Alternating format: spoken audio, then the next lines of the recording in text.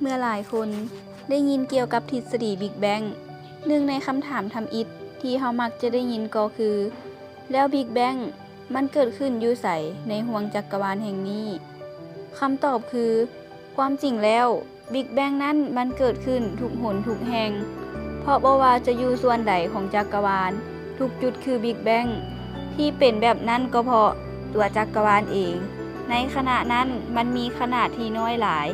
ส่วนคำถามที่ว่าแล้วบิ๊กแบงมันมีขนาดใหญ่ส่ำใดก่อนอื่นเลยเราต้องมาทำความเข้าใจเกี่ยวกับคำว่าบิ๊กแบงกันก่อนซึ่งคำนี้ถูกเว้าขึ้นเป็นครั้งทำอิฐในเมื่อวันที่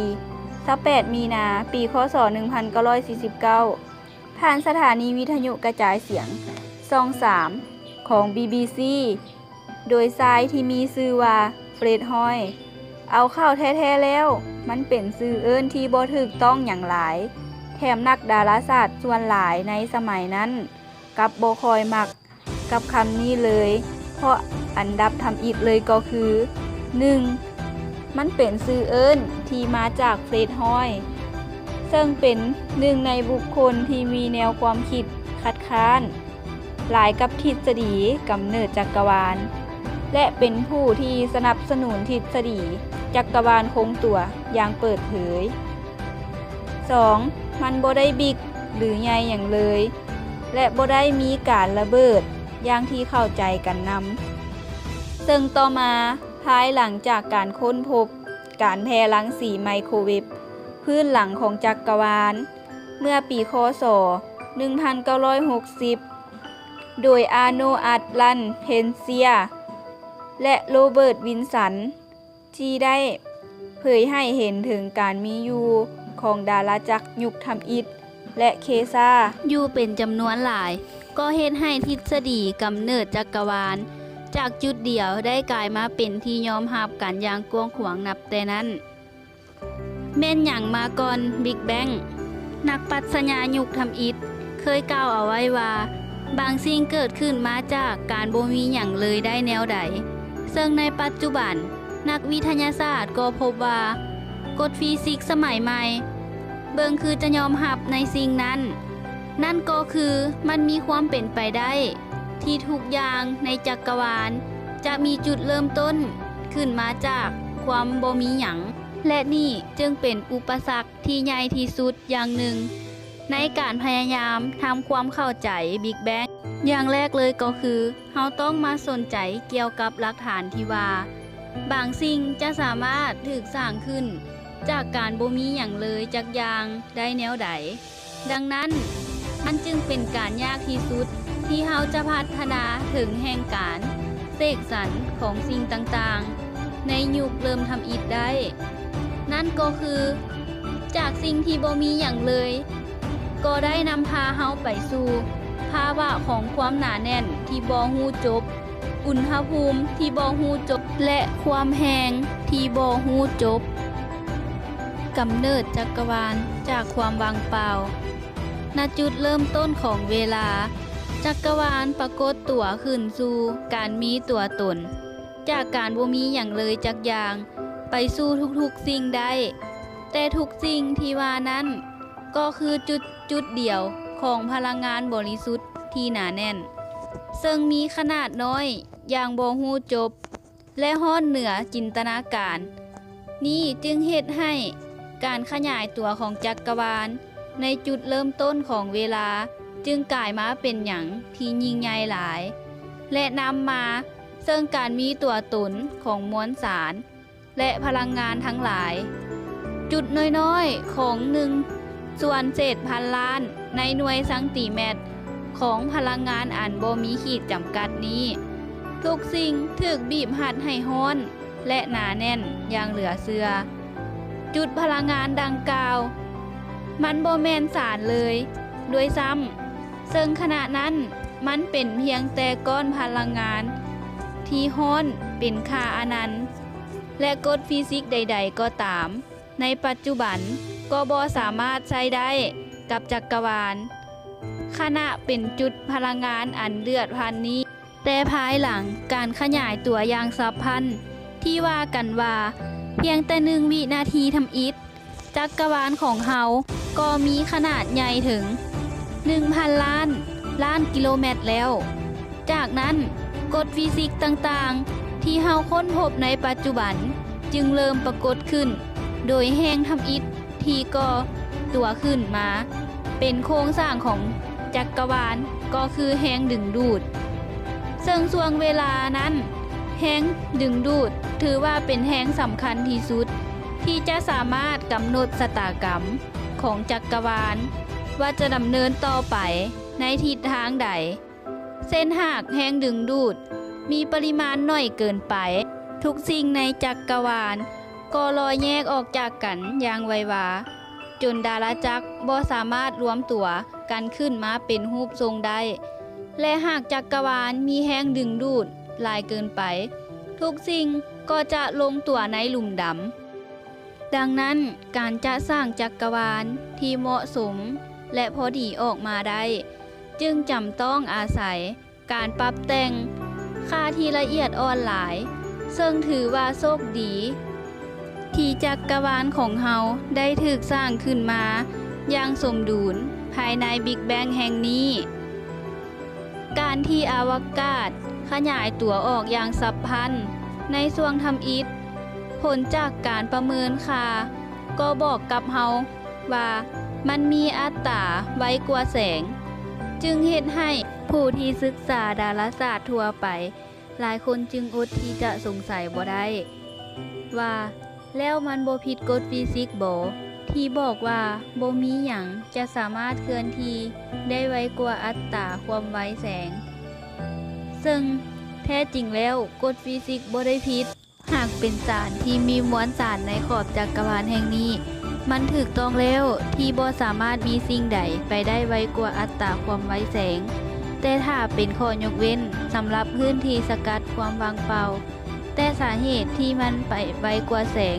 ก็เพราะอวกาศได้ขยายตัวออกจากกันระหว่างจุด2จุดที่ใกล้กันนั่นเองหน่วยวัดเวลาแห่งจักรวาลสิ่งต่างๆในจักรวาลเกิดขึ้นไว้หลายช่วงทำอิฐของบิ๊กแบงเพราะทุกๆสิ่งอยู่ใกล้กันเกินไปและนักวิทยาศาสตร์ต้องการที่จะหาคำอธิบายต่างๆที่ละเอียดลึกลงไปในแต่ละเหตุการณ์นั้นๆจึงเฮ็ดให้หน่วยวัดเวลาแบบปกติในปัจจุบันจึงใช้การบ่ได้กับช่วงก่อตัวของบิ๊กแบงดังนั้นหน่วยวัดเวลาใหม่จึงได้ถือกำเนิดขึ้นในชื่อเอิ้นที่ว่าเวลาพังหรือพลังไทม์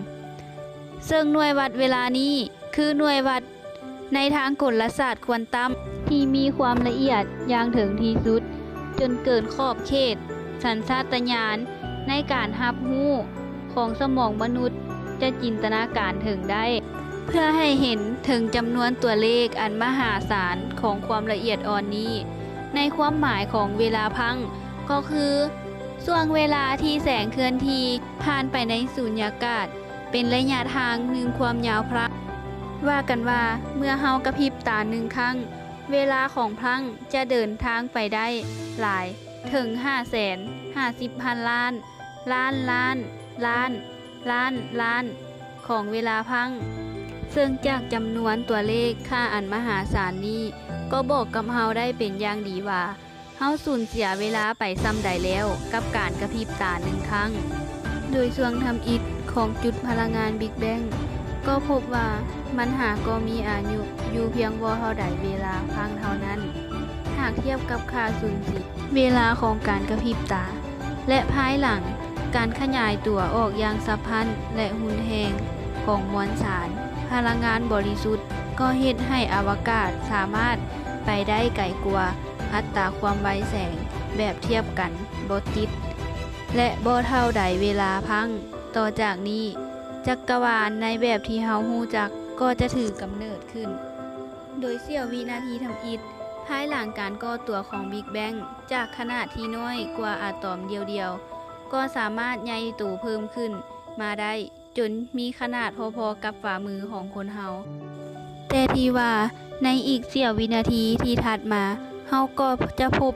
ว่าจักรวาลในต่อจากนี้มันจะมีการขยายตัวเองเพิ่มขึ้น ไปอีกแบบก้าวกระโดดจนมีขนาดใหญ่เทียบขนาดของโลกและดำเนินการขยายตัวต่อไปจนเลยขอบเขตขนาดของระบบสุริยะไปอย่างบ่มีที่สิ้นสุดโดยสภาวะทรวงทำอิฐของการขยายตัวที่ดุดันนี้นักวิทยาศาสตร์เอิ้นมันว่าอินฟลชันซึ่งเกิดมาจากภายหลังระยะเวลาที่บิ๊กแบงได้ก่อตัวขึ้นจากซิงคูลาริตี้ในความว่างเปล่ามาเป็นระยะเวลาประมาณ 18.5 ล้านพังไทม์ระยะเวลานี้เราจะเอิ้นว่าควอนตัมเฟกเทชันหรือช่วงเวลาของความผวนผันซึ่งควอนตัม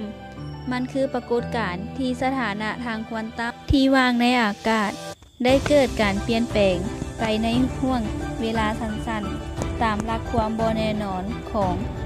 ไฮเซนเบิร์กโดยที่ความบ่แน่นอนทางควอนตัมดังกล่าวจะยอมให้จำนวนพลังงานจำนวนน้อยสามารถโผล่ออกมาจากความว่างเปล่าในช่วงเวลานี้ก่อนที่มันจะหายไปโดยพลังงานที่โผล่ขึ้นมาดังกล่าวอาจจะเป็นคู่อนุภาคและปฏิอนุภาคที่มีอายุสั้นเช่นคู่อิเล็กตรอนกับโพซิตรอนเป็นต้นและต่อจากนั้นจักรวาลของเฮาจึงจะเริ่มเข้าสู่สภาวะที่เอิ้นว่าอินฟลชันซึ่งในขั้นนี้จะกินระยะเวลาไปทั้งหมดประมาณ 167,000 ล้านพังไทม์จากจักรวาลที่มีขนาดน้อยและยุ่งเหยิงของซิงคูลาริตี้ไปสู่จักรวาลที่มีทุกสิ่งในอวกาศเช่นในปัจจุบันในช่วงบิ๊กแบงนั้นถือได้ว่าจักรวาลของเฮามีความหนาแน่นและความร้อนสูงอย่างบ่มีขีดจำกัดจากการประเมินค่านักวิทยาศาสตร์พบว่าช่วงเวลา1ในส่วนแสนล้านวินาทีทำอิฐหลังจากการก่อตัวของบิ๊กแบงขณะนั้นจักรวาลของเฮามีอุณหภูมิสูงถึง 1,000 ล้านองศาเซดังนั้นหากเทียบกับอุณหภูมิใจกลางของดวงอาทิตย์ที่ร้อนเกือบ15 ล้านองศาเซก็จะกลายเป็นว่าดวงอาทิตย์ของเฮานั้นเย็นเหลือเกินแต่ถึงกระนั้นเมื่อเวลาผ่านไปอุณหภูมิของจักรวาลจึงค่อยๆเย็นตัวลงเรื่อยๆซึ่งจะนำไปสู่วิวัฒนาการในขั้นถัดไปเมื่อพลังงานดิบเริ่มแปรเปลี่ยนไปเป็นอนุภาคในส่วนย่อยของอะตอมอันนำไปสู่สาร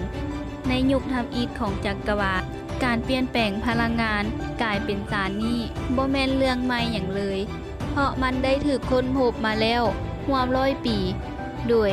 อัลเบิร์ตไอน์สไตน์ก่อนที่ผู้หลายๆคนจะเริ่มตระหนักถึงบิ๊กแบงเสียโดยซ้ำซึ่งจากสมการอันโด่งดังที่สุดแห่งยุค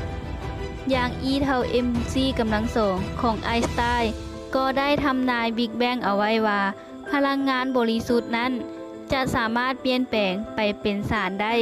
และในทางกลับกันสารก็สามารถเปลี่ยนแปลงกลับมาเป็นพลังได้เช่นเดียวกันความเรียบง่ายในสมการนี้ก็นำไปสู่ผล